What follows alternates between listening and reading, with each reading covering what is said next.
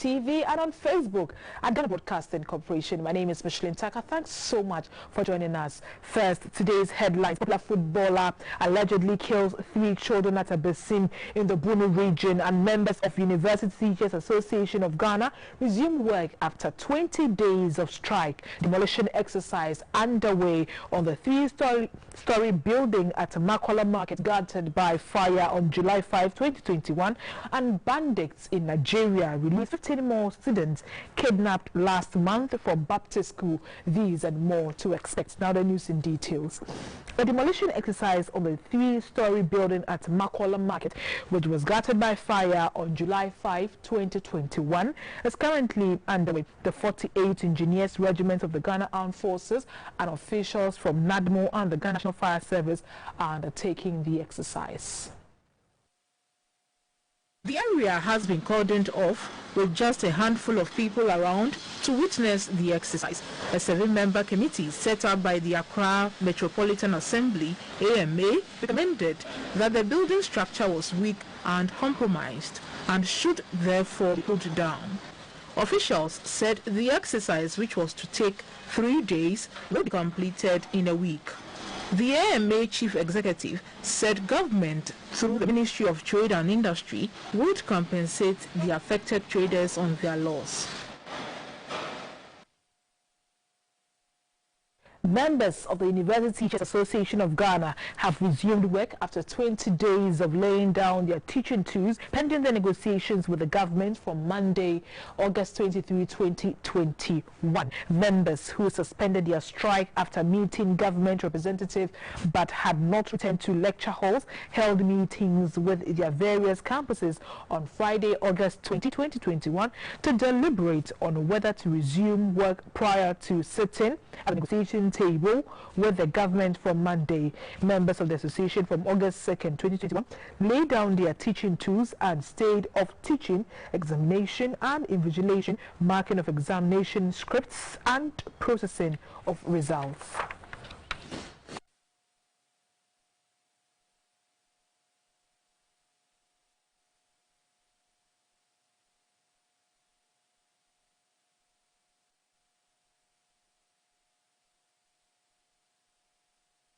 It's been 3 decades of service to God for Reverend Kwejowusu Sapon at the official town congregation of the Presbyterian Church of Ghana. It was time to give gratitude and honor to God.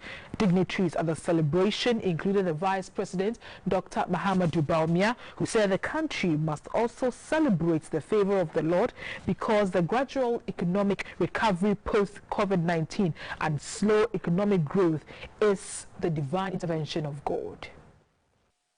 Reverend Kwejowusu Sapon was born on 22nd August 1955.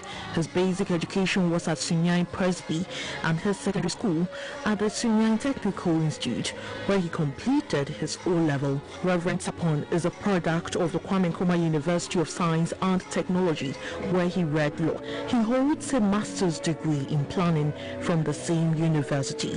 He also holds a Master of Arts degree in religion from the University of Cape Coast.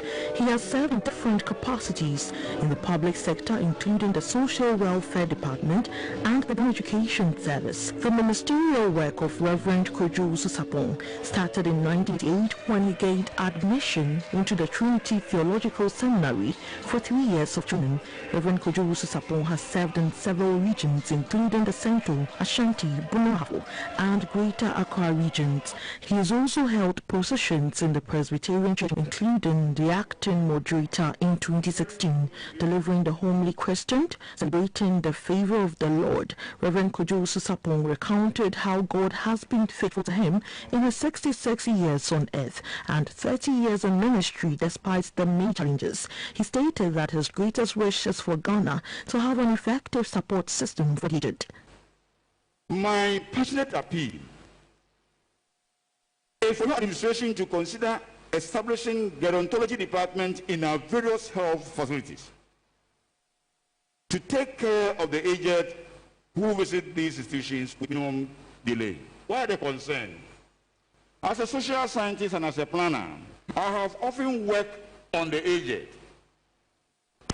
And in my recommendations, in the recommendations of many others, This has come up, but it seems little or nothing has been done about it. And you know, by God's grace, I'm getting there. Very soon, I'll be out of work. And when you go to the hospital and you have to queue with others, the Vice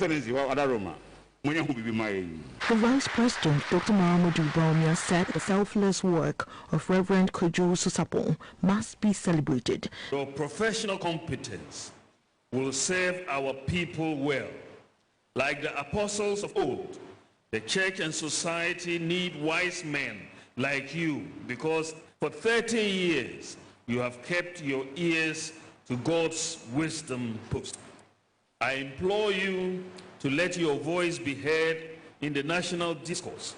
The nation needs independent voices like yours. Dr. Bawumia said the gradual stemming of COVID-19 and the turning around of the economy points to God's kindness to Ghana, which must be acknowledged and celebrated.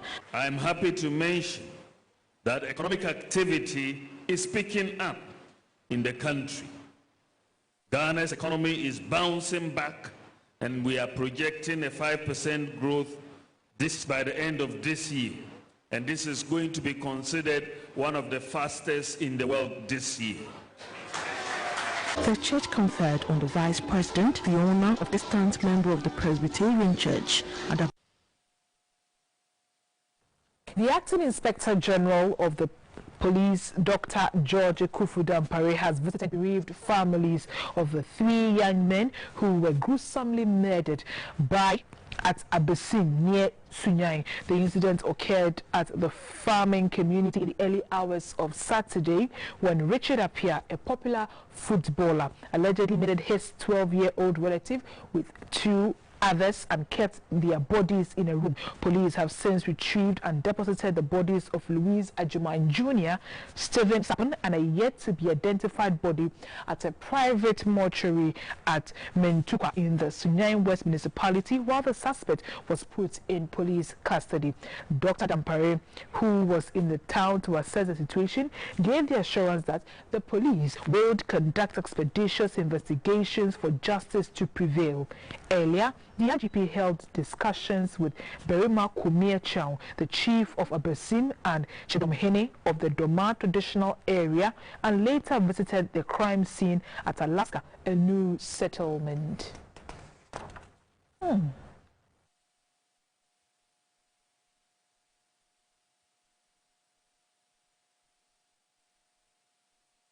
The moderator of the General Assembly of the Presbyterian Church of Ghana, Right Reverend Professor J.O.Y. Mante, has stated categorically that the church has no association with any member of any of its branch, local or international, that is in support or practice of LGBTQ plus lifestyle or in any form. Right Reverend Professor Mante made this known at the 21st General Assembly of the Presbyterian Church of Ghana at the Victory Congregation at Fafaha in Accra.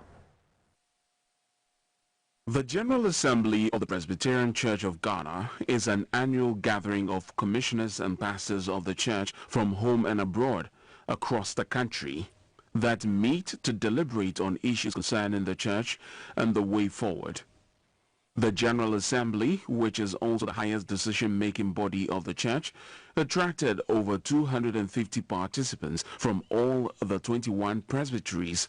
The moderator of the General Assembly of the Presbyterian Church of Ghana, Right Reverend Professor J.O.Y. Mante, urged ministers of the church to be worthy ambassadors and good representatives of Christ and the church.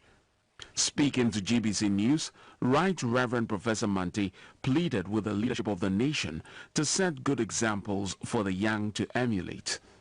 According to him, recent calls by people who practice and promote LGBTQ plus lifestyles to be accepted and practiced in Ghana is totally an affront to the culture, religious beliefs, traditions, and ethical values of the country. If in other countries they don't care about morals, we should. See, you can have science, technology, engineering, mathematics, but if people don't have good morals, they will get educated and kill people. If they don't have good morals, they get educated and destroy even the little that we have done. Presented online at JW.org, The last virtual session of the annual Jehovah's Witnesses Convention has wrapped up, themed "If You Have Faith, It Will Happen." The last lap, held on Sunday, August 22, 2021, was based on Matthew 21:21. Millions gathered in private homes around the world to enjoy a powerful and inspiring spiritual program. But I got my friends with me. We're trying hard to help others find. An 8-part symposium themed "Imitate Women of Strong Faith" ushered in Sunday morning's lineup. It focused on heroes of faith, namely Rahab, Hannah, the captive Israelite girl, Mary, the mother of Jesus, Martha, and vital lessons from their lives. In the book of Joshua, we are introduced to a faithful woman known as Rahab. She is one of the only 2 women named in Hebrews 11, the 5th chapter of the Bible. Her amazing story portrays how Jehovah accepts a person, no matter what his or her background is. Rahab's story illustrates that God's purpose is not limited to your past. Other speakers also examined modern-day examples which can strengthen one's faith in the Creator's promises. What is the good news, and we trust it? A Bible-based talk by Brother William Turner Jr., "Have Faith in the Good News," had all the answers. If we have faith in the good news, we are firmly convinced that everything Jehovah says is true and will be fulfilled. And the way we live our lives will demonstrate that. In this world that is saturated with so much bad news, how thankful we are that we have a God that not only provides us with a basis to trust his good news, but he even shows evidence of his care and concern for us as individuals. You will receive training in the house of the great king, Nebuchadnezzar. A feature Bible drama tagged Daniel, A Lifetime of Faith Part 2, explained how Prophet Daniel remained faithful to Jehovah despite mounting pressure to abandon pure worship. There's far more to the account of the life of Daniel than him being thrown into a lion's den. The lesson worth emphasizing is that Daniel wasn't willing to compromise his standards. Videos of the 3-day convention can still be downloaded at jw.org. The Apostolic Church Ghana has climaxed its National Witness Convention at Koforidua in the Eastern region, which is organized every 2 years, is to unite the members and to inculcate good moral values to lead godly lives. The national president of the church, Apostle Aaron Emina, reminded the members of the deadly coronavirus which is ravaging the world and urged them to always adhere to the safety protocols. He said the church is developing a youth policy to enable them to contribute to the growth of the church. We should frown upon those who get wealth through evil means on all fronts and make sure that corruption comes down in this nation. As preachers, we also have to preach the right messages. Just preaching prosperity without repentance, it is no gospel. Senior health managers, division directors and chief executives of agencies under the Ministry of Health are to be enrolled at the University of Ghana Public Health School for a 1-year master's program in health economics. It is an initiative by the World Health Organization to enhance their capacities in leadership and sharpen their analytical skills to understand the management of complex health issues. The training will take place in the 2021-2022 academic year. It has funding by the United Nations Multi-Partner Trust Fund. Sarah Ofori with the details.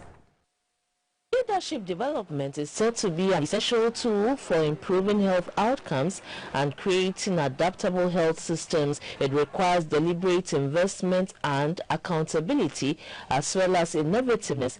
The training, which forms part of the WHO Leadership Transformation for Health Agenda for Africa, will strengthen health economics, research and data analysis. The first cohort of trainees has 30 participants selected from the Ministry of Health and includes directors and deputy directors of the ministry and its agencies. A memoranda of understanding will be signed by the WHO and the University of Ghana to that effect.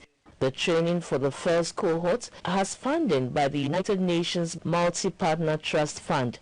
Meanwhile, the next cohort will be funded by the UK Department for Health and Social Care through its Foreign Commonwealth Development Office, FCDO.